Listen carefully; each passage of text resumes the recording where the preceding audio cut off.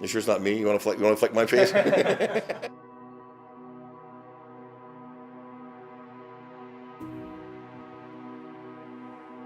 I'm Eric Hipple. Do you remember that old saying, big boys don't cry? Well, I do. And for many years I didn't. I prided myself as a football player on being physically tough. First and 18, and Eric on the rollout. Oh! Eric Hipple. He is bombed by Scott Brantley, and he's hurt. Hipple had nothing left to do. Watch 52. No, I didn't cry. And I also prided myself on being mentally tough. But I confused being mentally tough with being mentally healthy. And for many years, I was anything but being mentally healthy. Nobody knew just how empty I felt inside. And that emptiness became hopelessness, and that hopelessness turned into a deep depression. I decided my family would be better off without me. Hi, I'm Shelley Hipple, and I've been married to Eric for 28 years. And I'd seen him struggling with depression for several years leading up to this event. Following an evening of him being up, wired, I'm driving him to the airport, and I'm driving down 275, driving 75 miles an hour. And he takes a piece of paper, jots something down, throws it in my lap, and he opens the door and rolls out. At that moment, I was shocked. I looked in my rearview mirror and I see him rolling, tumbling.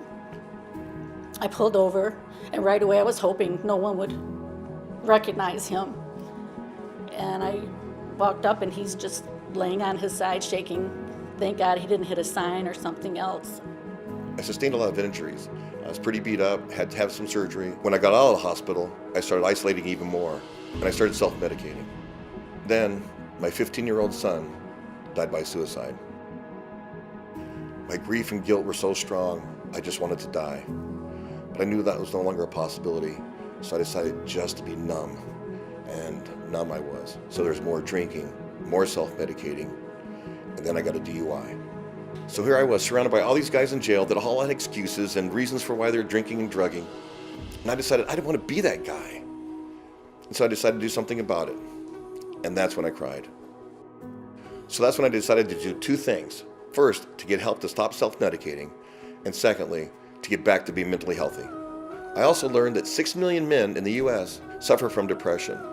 And just like me, they go untreated or undiagnosed. And with help, I processed the guilt and the grief for my son's death. And today, I work for Transformations Treatment Center. My mission is to help stop the stigma around mental illness. I want to help others conquer their own demons. If you suffer from any of the following: trauma, post-traumatic stress, depression, anxiety, low self-esteem, bipolar disorder, and of course, substance abuse and dependence, reach out to me for help. You don't have to suffer alone. I'm here for you. And we've had the highs of the highs in our marriage and the lows of the lows. And I always knew he was a great husband, father. So I just always had a strong faith, and I prayed. And he was able to reach out the other side, and he's doing wonderful things, and everything's been wonderful. I mean, of course, not everything's perfect, but overall.